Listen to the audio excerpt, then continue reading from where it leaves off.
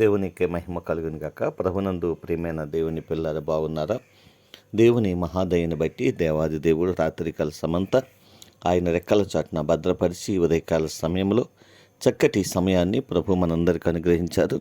రండి పరిశుద్ధ గ్రంథముల ఒక చిన్న మాట మనం జ్ఞాపకం చేసుకుందాం.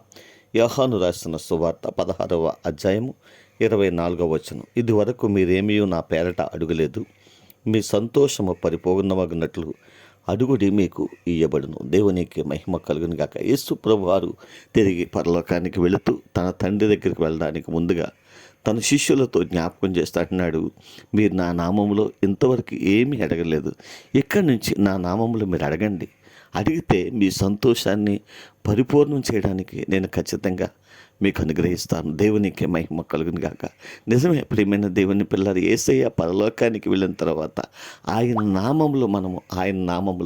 ఆయన నామాన్ని మనం జ్ఞాపకం చేసుకొని యేసయ్య నామములో మనము ఖచ్చితంగా తండ్రికి ప్రార్థన చేస్తే, ఖచ్చితంగా దేని కొరకు నువ్వు ప్రార్థన చేస్తున్నావో ఆ ప్రతి దాన్ని పొందుకుంటావు అని యేసయ్య చక్కటి వాగ్దానాన్ని తన పిల్లలకి ఇస్తూ ఉన్నాడు. ప్రియమైన దేవుని పిల్లరా, భయపడవద్దు, ధైర్యం కలిగి ఆయన పాదాలు చెంతకు చేరి నీకు ఏ అవసరం ఉందో, ఏ ఇబ్బందికర పరిస్థితి ఉండగా నువ్వు వెళుతున్నావు, ఏ సమస్య ఉండగా వెళుతున్నావో ఖచ్చితంగా నా యేసయ్య ద్వారా తండ్రికి ప్రార్థన చేయి.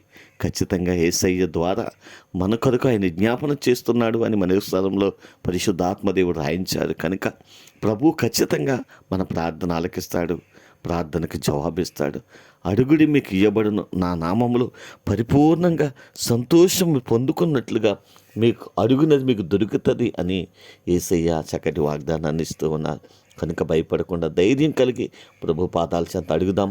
ఉన్నటువంటి శ్వాసాన్ని కాపాడుకుంటూ ఆయన సందులో ఆనందిస్తూ సంతోషిస్తూ ముందుకు సాగడానికి పరిశుద్ధాత్మ దేవుడు మనల్ని బలపరచునుగాక. ఆమెన్. కృపా సత్య సంపూర్ణమైన మా తండ్రి, కృపామేడమైన మా దేవానికి వందనాలు, స్తోత్రాలు.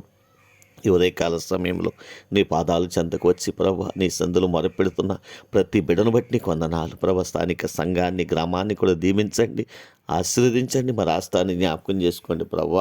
రాష్ట్ర ప్రజలందరినీ దీవించండి. ప్రతి గ్రామాలను, ప్రతి పట్టణాలను కూడా ఆశీర్వదించండి. బిడ్డలు చేస్తున్న వ్యవసాయములను, చేతి పనులను, వ్యాపారములను, ఉద్యోగములు కూడా దీవించి ఆశీర్వదించండి.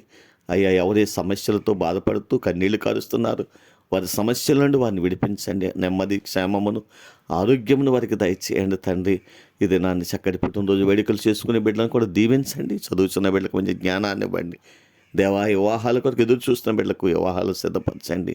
గర్భఫలం లేని బిడ్డల ప్రభు నీ సందులు కన్నీళ్లు కారుస్తూ ఉండగా వారి సంతోషము పరిపూర్ణమగునట్లు ప్రభు సహాయం చేసి నడిపించి బలపరచండి. మా దేశాన్ని, ప్రపంచ దేశాన్ని కూడా దీవించండి, ఆస్వాదించండి అయ్యా.